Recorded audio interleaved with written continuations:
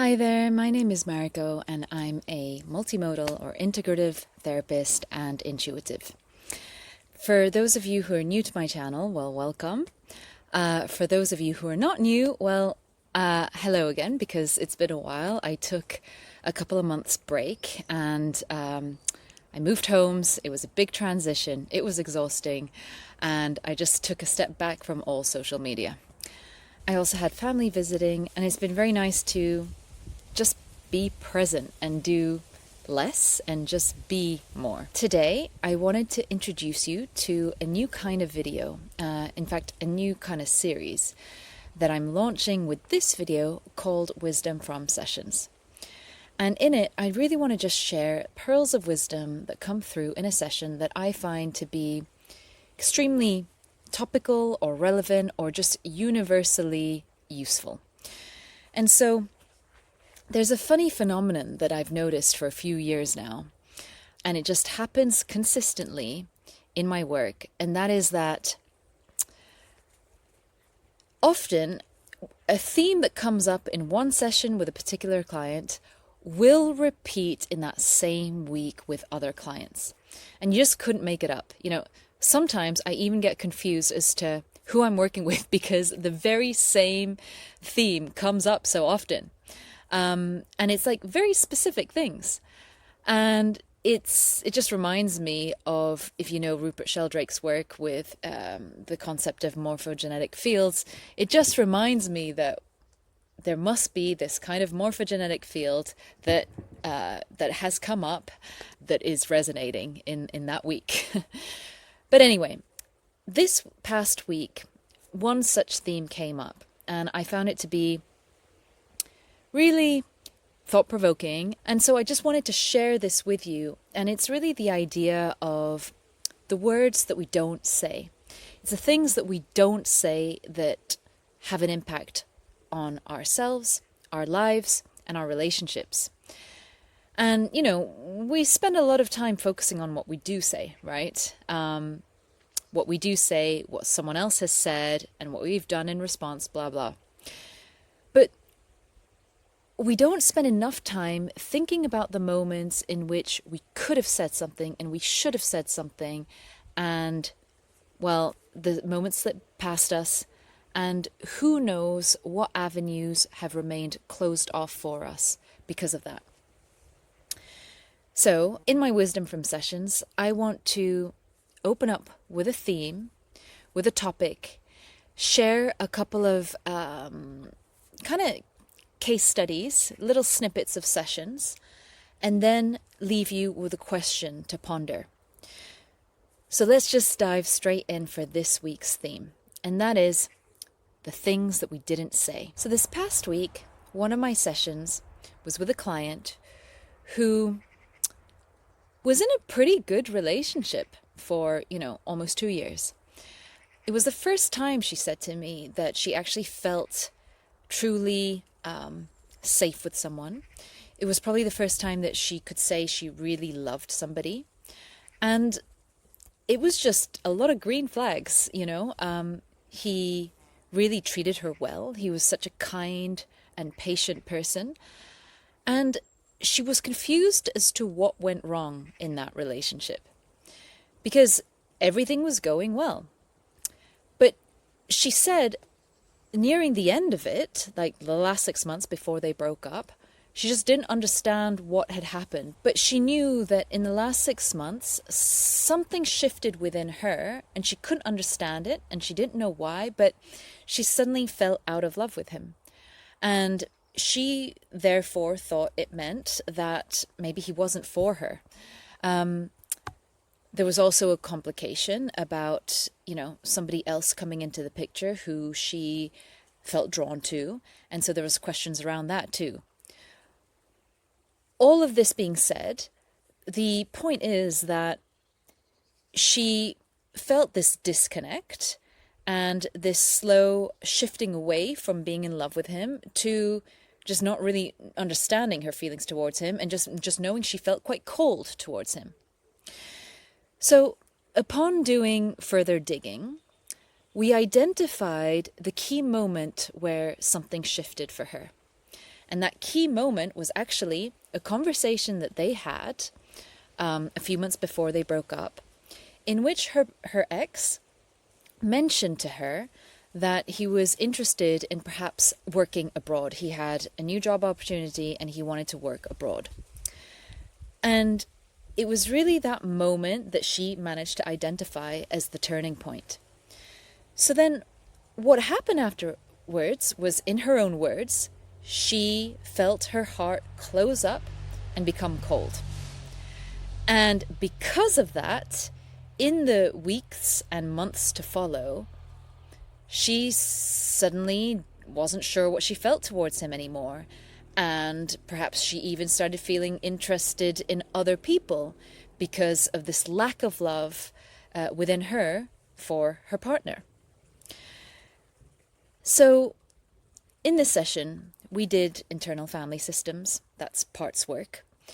And I got her to meet and communicate and eventually comfort, reassure, and heal the parts of her that felt scared, possibly abandoned in that conversation with him. And it was a very profound, moving, beautifully connective moment in that session, where she was able to identify the vulnerable part of her that felt insecure in that moment, that felt like maybe he was abandoning her, that maybe this was him wanting to leave her and the relationship. And upon doing the healing work necessary and the processing work necessary in that session, we revisited that moment, that memory, and I got her to ask herself, well, what she would have done this time, if she could relive that moment in time, what she would have done differently. And she summed it up in such a beautiful way. She said she would have asked the question. She would have just simply asked him, what does he mean by that? How does he see their relationship in the context of him working abroad? Does he want her to join him? Does he see them continuing the relationship, etc.? Instead, what actually happened in reality was she shut down, she closed up her heart, she stayed silent, and it actually ended up turning into the downfall of their relationship. And she so beautifully articulated this at the end of the session by saying, "It's the questions I didn't ask that led to my demise." How beautiful. And there's often these beautiful pearls of wisdom that come through in a session like this.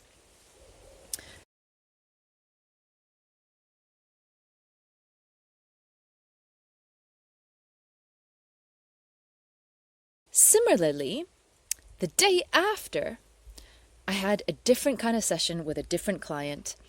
This time it was a regression therapy session, which in short is a session in which I guide the client into an altered state of awareness, into a meditative, relaxed or hypnotic state. And we go to the source of their issue or their problem or what it is that they want to resolve. In this session, the starting point was trying to understand and identify my client's limiting belief that love is scarce.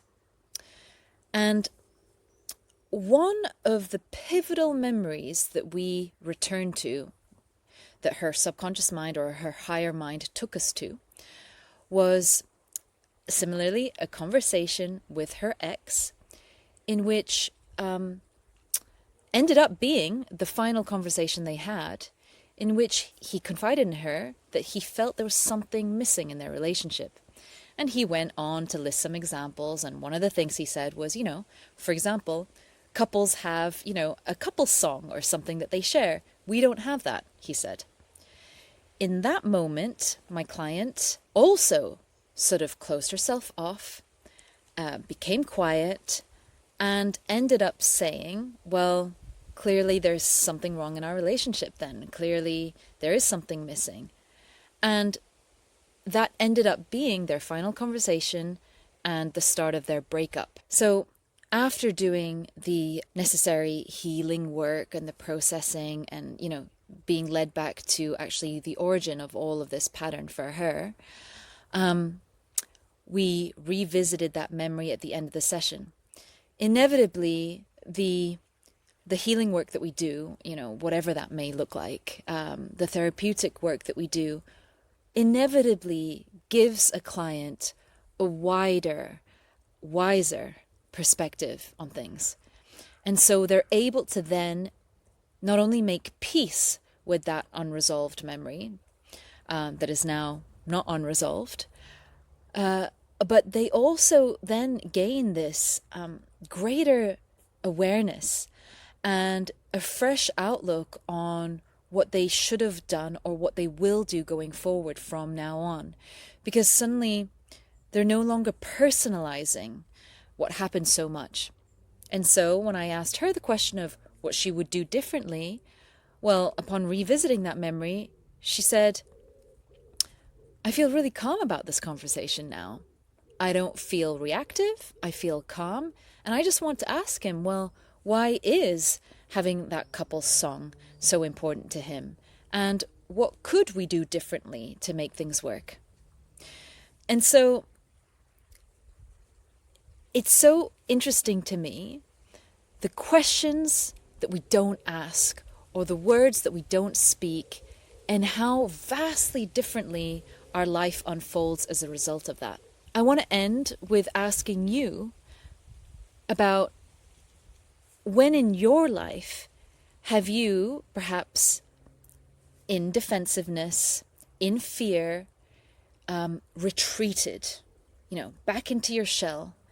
When have you jumped to some kind of conclusion, made up some story about what the other person may be feeling or thinking or wanting to do, and then shut yourself down and shut yourself off from that connection with that person?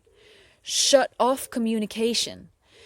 And, just think about all the avenues that have remained closed off to you because of the very things that you did not dare say, or the very things that you didn't even think, you didn't even desire to communicate because you were in fear or in defense. I would love to know in your comments if you've had such an experience, and also, what you would do differently with this in mind. Next time there is some feeling of friction or possible conflict, in these situations, we're not even talking about conflict. We're talking about a conversation. It didn't even get to a conflict stage, yet the channels were then closed off. So have a think about that. And if you found this at all helpful, useful, interesting, do like or comment or subscribe. And if you know anyone who might benefit from this video, please do share it with them. It makes the world of a difference to me. So I'm sending you so much love, and I'm wishing you a really beautiful week. And that's it for today's Wisdom from Sessions. I'll see you in the next one.